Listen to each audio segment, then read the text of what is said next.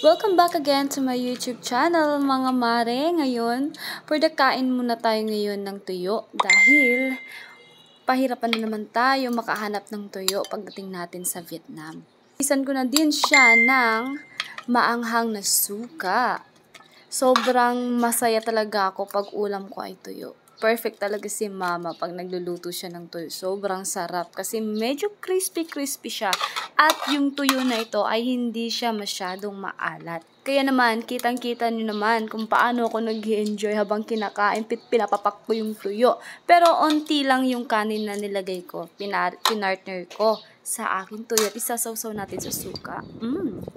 O diba? So yummy.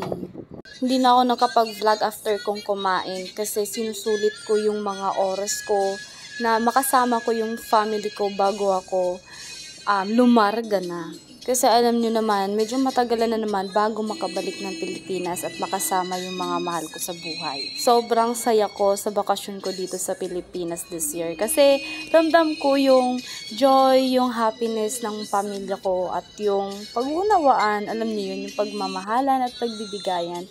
At hindi mo naman maaalis sa sa sarili mo na malulungkot ka kasi aalis ka na naman at mawawali ka na naman sa pamilya mo.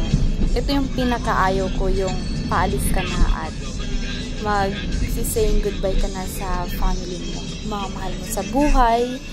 Sobrang hirap. By the way guys, nag-skyway pala ako para mabilis ako makarating sa airport at hindi ako malate kasi hinahabol ko na sana mauna ako sa line sa counter para hindi ako magaw sa oras pagdating sa immigration. At andito na nga ako, nakapagbayad na din ako ng travel tax at hinihintay ko na lang mag 3 o'clock. At ito na nga, andito na ako sa boarding gate ko guys. Waiting na lang na mag-start mag-board. Ayan, diba? Si Kuya, happy siya. See you Danang. Sobrang wala nang kaba. At nga pala guys, andito na ako sa arrivals. Andito na ako sa Danang at andito na ako sa Grab. Nakasakay na ako sa Grab papuntang apartment namin.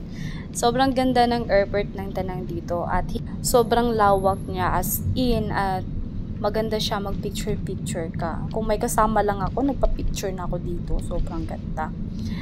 Ayun na guys, mga 30 minutes yung biyahe ko from airport going to my apartment at na-miss ko sobra yung Danang. Kasi dito namin nakita yung happiness namin ng asawa ko at mababait din yung mga tao dito kung mabait ka. Same lang sa Pinas. O diba, na-miss ko tong tulay na to. Sobrang ganda ng bridge na to. As in, ito yata yung spinning bridge. Hindi ako sure. Ang dami kasing bridge dito guys. Ayan.